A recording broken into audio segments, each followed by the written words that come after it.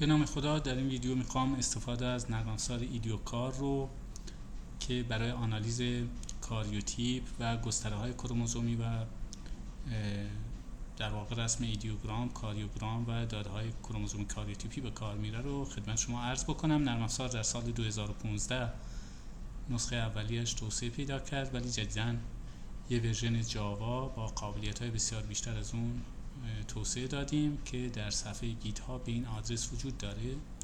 وقتی وارد این صفحه میشید خب یک توضیحات تکمیلی و راهنمایی در مورد چگونگی استفاده از نرم افزار وجود داره. برای دانلود نرم افزار در این قسمت بر روی ریلیز کلیک میکنید و وارد این صفحه که شدید دو ورژن از این نرم افزار وجود داره. یکی فایل جار هست که در هر پلتفرمی در صورتی که جاوا نصب باشه با استفاده از راهنمایی که در صفحه بود میتونید اونو اجرا بکنید. خیلی کم وزن هست و نسخه سنگین‌تر اون و مستقل اون که در ویندوز به راحتی قابل اجرا هست. شما وقتی روی این کلیک کنید فایل فشرده رد اون رو باز میکنید، ذخیره میکنید و بعد اکسترکت میکنید. وقتی اکسترکت کردید در داخل پوشه مربوطه این دوتا پوشه و فایل اجرایی رو میبینید که همیشه باید با هم باشن. برای اجرا خیلی راحت شما بر روی اون فایل اجرایی کلیک میکنید، دابل کلیک کنید و به این صورت نرم افزار باز میشه. خب برای شروع کار با این نرم افزار ما تصاویر خودمون رو باز میکنیم. یکی یا چند تا تصویر فرقی نمیکنه، میتونید برای این کلیک کنید و به این صورت تصاویرتون رو باز کنید. تصاویر میتونه تصاویر معمولی حاصل از رنگامیزی ساده کروموزومی با اسید و ورسین اسید و کاربن و غیره باشه، یا تصاویر در واقع فیش باشه که داره الگوی باندی هست، سی باندینگ و غیره، فرقی نمیکنه. به این صورت شما تصاویر رو میتونید انتخاب بکنید یا حتی درگ کنید به داخل این پنجره باز میشه. با فشردن کلید کنترل و حرکت چرخ ماوس شما میتونید بزرگنمایی تصاویر رو کم و زیاد بکنید. هر تصویری یک اینجا اسکیل بار داره که اولین کار اینه که ما این اسکیل بار رو با این گزینه تعریف کنیم. برای تعریفش هم شما بر روی ابتدا و انتهای اسکیل بار کلیک میکنید و اندازه واقعی اون رو در این کات که اینجا 10 مایکرومتر هست وارد میکنیم. برای تصویر بعدی هم به همین صورت من دوباره دیفاین اسکیل رو میزنم و اینجا اسکیل بار رو تعریف میکنم دوباره 10 مایکرومتر.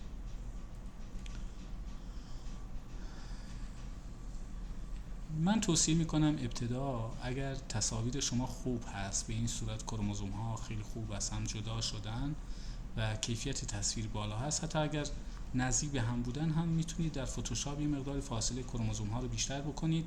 در این صورت شما میتونید از این قابلیت اوتو تریس استفاده بکنید که به صورت اتوماتیک میاد کروموزوم ها رو تریس میکنه.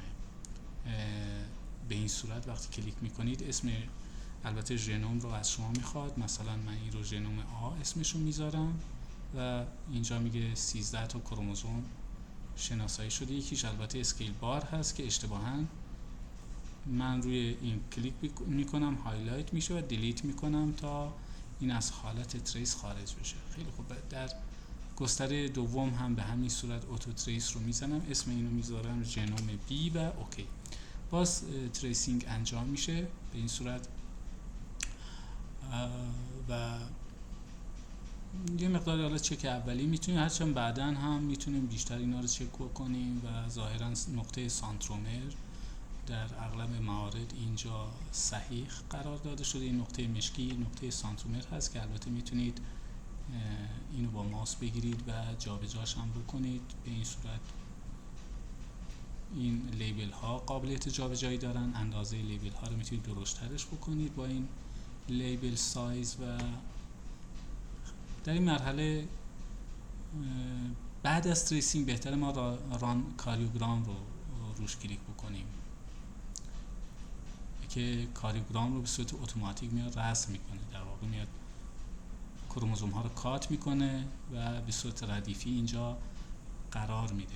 خب در تصویر دوم ما میبینیم با اسکیل بار وجوده. اینجا هم شما میتونید کلیک کنید و کلید دیلیت رو بزنید تا دیلیت بشه موارد اضافی اگر وجود داره، یا این تیکه اضافی اینجا وجود داره من کلیک میکنم دیلیت میکنم و به این صورت شما میتونید یک بررسی بزرگنما رو کوچیک کنم یا بررسی اولیه‌ای رو انجام بده. ببینید کروموزوم ها باز میتونید اینجا دقت بکنید، بررسی بکنید و کارتون با دقت بیشتری انجام بدید. اینایی که جفت هم هستن به نظرتون به این صورت شما میتونید اینا رو بیارید کنار هم و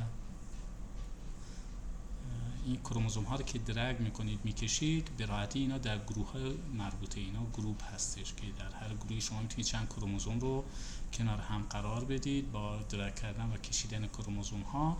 و وقتی یک کروموزومی رو جابجا میکنید شماره اون هم به صورت آن تایم، در واقع ریل تایم، در واقع اینجا بر روی گستره متافازی هم تغییر پیدا میکنه. مثلا این شماره 1 هست، اگر بیاد اینجا شمارش تبدیل میشه به 3. یا من برگردونم به این قسمت، بله این با این جفت هست و این کروموزوم هم که احتمالاً با این جفت هست و نهایتاً اینجا شما بعضاً ممکنه که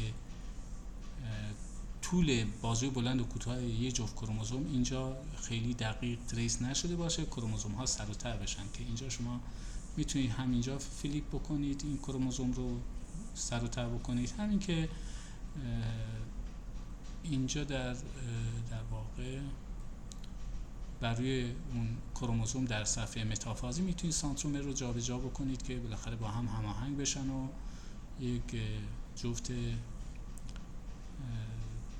در واقع هماهنگی رو اینجا بر روی کاریوگرام داشته باشید. دوباره من میتونم ران کاریوگرام بزنم و به این صورت شما میتونید، حالا این ژنوم پایین هم به همین صورت، حتی من میتونم تصاویر دیگه رو اضافه بکنم. مثلا یه تصویر از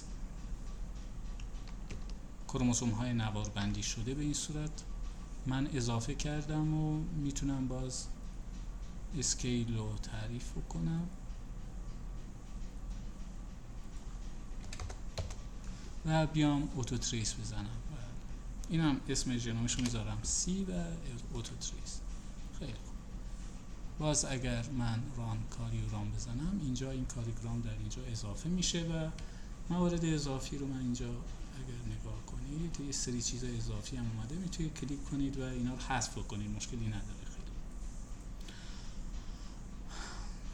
یه نکته‌ای که وجود داره مثلا در این قسمت شما می‌بینید که یه به دلیل اینکه این کروموزوم باید به یکی دیگه نزدیک بوده این تیکه رو همراه خودش آورده، چون این اتوماتیک کروموزوم برش می‌خوره، این تیکه اضافی اینجا الان وجود داره. شما در این موارد میتونید روش کلیک کنید روی این کروموزوم و این کلید یا این در واقع گزینه پلیگون لاسو اریز رو انتخاب بکنید و اینجا شما میتونید این تیکه رو با حرکت ماوس به این صورت دیلیت بکنید. اگر موارد دیگه هم وجود داره مثلا اینجا، بعد کروموزوم ها رو میتونید مرتب بکنید، بررسی بکنید، این کروموزوم ها را جابجا بکنید. اگر اشتباهی انجام شد با کنترل زد میتونید برگردید. در هر صورت اینها رو هم باز میتونید با هم جفت کنید. مثلا احتمالاً این، خب من روی این پلیگون کلیک میکنم که غیر فعال بشه و ماوس هم به این صورت در بیاد. خب کروموزوم های جفت رو اینجا هم باز میتونید کنار هم به این صورت قرار بدید. مثلا این کروموزوم با این یکی کروموزوم میتونه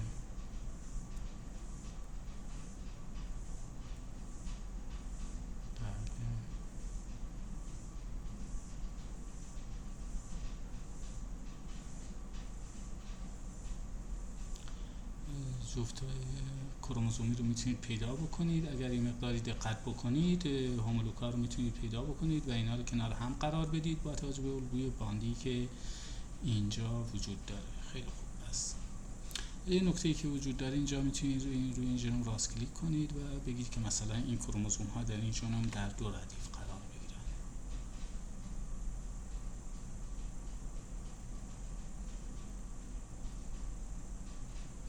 به این صورت. بعد این خونه های اضافی هم که این برای وقتی که میخواید کروموزوم ها رو بیاید اینجا بچینید درست کنار هم قرار بدید، خونه های اضافی که هر خونه یه تک کروموزوم توشه که بعدا اینا رو به صورت جفتی یا چند تایی در بیارید فرقی نمیکنه، یا خونه های اضافی رو با راست کلیک میتونید اینجا حذف بکنید. در هر صورت این اسکیل بار هم باز قابلیت جابجایی داره، با ماوس میتونید اینا رو جابجا بکنید. نکته بعدی هم که حالا سیو این تصویر هست، با سیو ایمیج اینو در دسکتاپ ذخیره بکنید و به این صورت ایدئوگرام رو. حالا شما برای کروموزوم که کلیک میکنید، مثلا اینجا اگر کروموزومی متوجه میشید که سانترومر اشتباهاً مشخص شده به وسیله اتوماتیک تریسینگ، شما اینجا میشید پیداش بکنید. مثلا این کروموزوم رو اگر دقت بکنید، کروموزوم سانترومرش این پایین‌تره، ولی ظاهراً اینجا اتو تریس این سانترومر رو خیلی دقیق تشخیص نداده. من میتونم بیام این سانترومر رو بکشم و اینجا قرار بدم، یا در این یکی کروموزوم بالایی هم این سانترومر در واقع میاد اینجا قرار میگیره. اگر کلیک اضافه‌ای بود شما با کنترل زد میتونید برگردید. من مجددا ران کاریوگرام رو میزنم که کاریوگرام آپدیت بشه. بعد بالاخره میتونید تنظیمات تکمیلی روی این انجام بدید. مثلا این کروموزوم با این جفت هست و میتونید اینا رو کنار هم بیارید. خیلی خوب. این از کاریوگرام که حالا تنظیمات مختلفی داره. میتونید لیبل ها رو، فونت لیبل ها رو اینجا کم و زیاد بکنید و حتی میتونید اگر اینها به ترتیبی در واقع کنار هم چیده نشدن، به ترتیب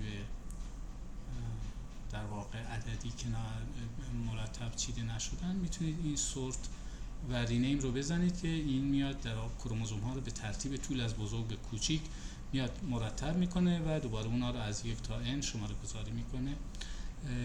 آپشن بعدی که اینجا وجود داره ران ایدئوگرام هست که وقتی شما اینو کلیک میکنید هم پارامترهای کروموزومی کاریوتیپی به این صورت محاسبه میشه. این پارامترهای کروموزومی طول بازی کوتاه و بلند و کروموزوم لنگث و آرم ریشیو و غیره، و اینم پارامترهای کاریوتیپیه که حالا میاد حساب میکنه. پارامترهای راو دیتا هم که در این تب سوم هست و طول بازی کوتاه و بزرگ تک تک کروموزوم ها رو اینجا میتونید داشته باشید. همه این داده ها رو میتونید در یک فایل اکسل با 3 تا تب ذخیره بکنید به کمک این سیو تیبل در منوی در پنجره اصلی. اینجا شما میتونید داده ها رو ذخیره بکنید و به این صورت راو دیتا و پارامترهای کاریوتیپی.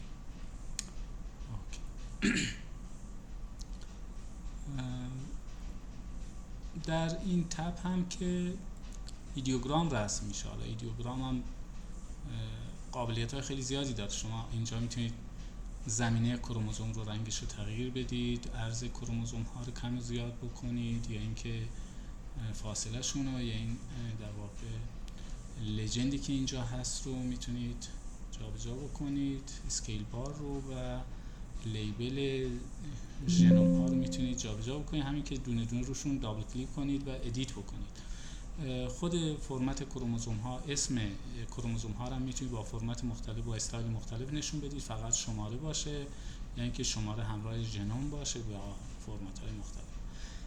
نکته دیگه‌ای که در مورد این ایدئوگرام وجود داره و خیلی پتانسیل خوبی هست اینه که شما میتونید در واقع بیایید الگوی باندی یه جفت کروموزوم رو، یعنی مثلا این جفت کروموزومی که اینجا هست رو الگوی باندیش هم اینجا داشته باشید. کافیه یکی از اینها رو روش کلیک کنید، دیلیت کنید و دوباره اینو در واقع طوری تریس بکنید به صورت دستی که الگوی باندی اینو ایجاد بکنید. برای الگوی باندی شما وقتی کلیک میکنید برای کروموزوم و به نقاط خاصی میرسید، میتونید راست کلیک کنید. مثلا من اینجا به باند مشکی رسیدم، میتونم این بلک رو بزنم، یا نه اصلا بیام کنترل بی بزنم و به انتهای باند که رسیدم دوباره کنترل بی بزنم. اینجا سانترومز هست، کنترل سی میزنم. اینجا بازی باند مشکی دارم، کنترل بی. به انتهای باند که رسیدم دوباره کنترل بی و میام در واقع اینجا بازی باند مشکی دیگه.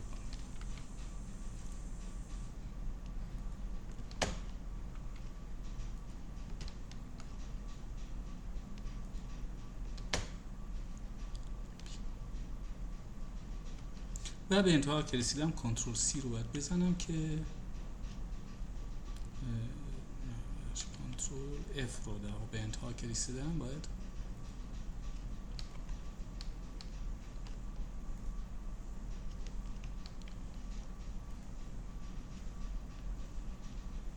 کنترل اف رو میزنم و مجددا اگر من ران ایدیوگرام رو بزنم میبینید که این کروموزوم الگوی باندیش اینجا رسم شده و خیلی خوب. با توجه به اینکه یه مقدار حالا مشکی هست این زمینه، من زمینه رو یه مقدار روشن‌ترش بکنم. من از اول این کروموزوم رو یه مقداری با بزرگنمایی بیشتری تریس بکنم. اینجا کنترل سی، اینجا باند مشکی کنترل بی دوباره باند تموم میشه و اینجا که میرسم کنترل بی و یه ذره جلوتر باز کنترل بی باند مشکی و اینجا هم کنترل اف میزنم. اینجا میدید الگوی باندی کروموزوم اینجا رسم میشه. حتی میتونید در واقع اگر باند رنگی داشته باشید شما میتونید باندهای رنگی مثلا آر یا حالا من اینجا که نه برگردم روی این تبی که اینجا هست، مثلا این یک کروموزوم رو الگوی باندیش رو رسم بکنم، کلیک میکنم دیلیت میکنم و به صورت دستی میام کلیک میکنم. اینجا باند سبز میرسم کنترل جی و اینجا باز کنترل جی و به این باند قرمز که رسیدم کنترل آر و انتهای باند کنترل آر و در سانترومرم کنترل سی تا انتهای کروموزومم که با کنترل اف تموم میشه. اوکی میزنم و اگر ران ایدیوگرام بزنم میبینید که این کروموزوم 3A بود که الگوی باندی در واقع اینجا رو و رنگایی هم که استفاده میکنید اینجا به این لجند اضافه میشه. با کلیک دابل کلیک بر روی هر کدوم از اینها میتونید نام اون رنگ رو تغییر بدید. نکته بعدی که در آخر میخوام عرض کنم اینه که شما کل فعالیت هایی که اینجا روی این عکس ها انجام دادید در قالب یک پروژه میتونید سیو کنید از طریق گزینه سیو پروژکت و مثلا در دسکتاپ من اینو سیو کنم بعد کلوز پروژکت. حالا من وقتی این پروژه رو یه بار دیگه بخوام باز بکنم اوپن پروژکت میزنم، تمام تریسینگ ها اینجا ذخیره شده. می‌بینید تریسینگ ها ذخیره شده. میتونید کارتون رو ادامه بدید روی این پروژه و در واقع موارد تک تک کروموزوم ها رو بررسی بکنید و در واقع پیمایش درستری روی اینها انجام بدید. الگوی باندی همه کروموزوم ها رو احیانا بخواید رسم بکنید برای اینکه ایدیوگرام کاملی به دست بیارید. خب این به صورت خلاصه طرز استفاده از ایدیوکار بود که امیدوارم مفید باشه و قابل استفاده. شما رو به خدا میسپارم. خدا نگهدار.